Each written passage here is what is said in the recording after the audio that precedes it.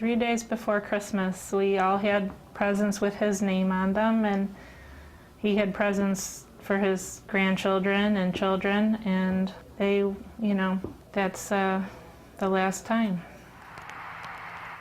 Almost 1 year since he died, and police have not arrested anyone in Barry Moss's case. You just heard from Barry's sister. She talked to us about her brother last year.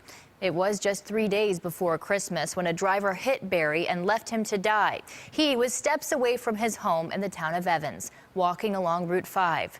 In a story you'll see only on News 4, George Rickard is live in the newsroom learning more of new developments in this case. George? Well, Teresa, even though a grand jury did not bring charges in the case last spring, Evans police have brought in the FBI and are working to find new evidence compelling enough to break this case wide open again.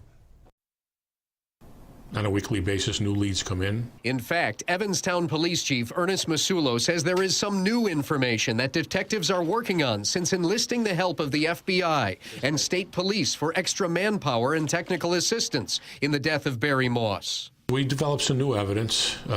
It's witness-based, and it does bring us one step closer to trying to bring this case back to the district attorney's office. It was last May when the DA's office brought the case to a grand jury to decide if there was enough evidence to charge someone in Moss's death. The 52-year-old handyman was struck and killed along Route 5 in December. Police are convinced that the car that hit him is this Ford Explorer owned by Gabrielle Ballo, but she hasn't said anything to police about who was driving it that night.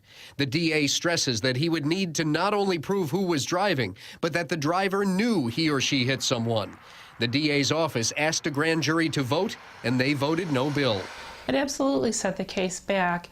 I don't know why he had to ask for a vote, because he made it clear he didn't think there was sufficient evidence. Now a year has passed, but the signs for justice are still on the front lawns.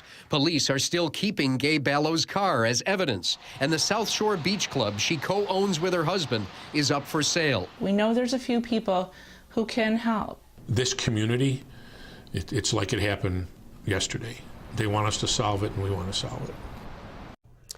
If you have information on this case, you can call Crime Stoppers at 867-6161 or call Evans Police directly at 549-3600.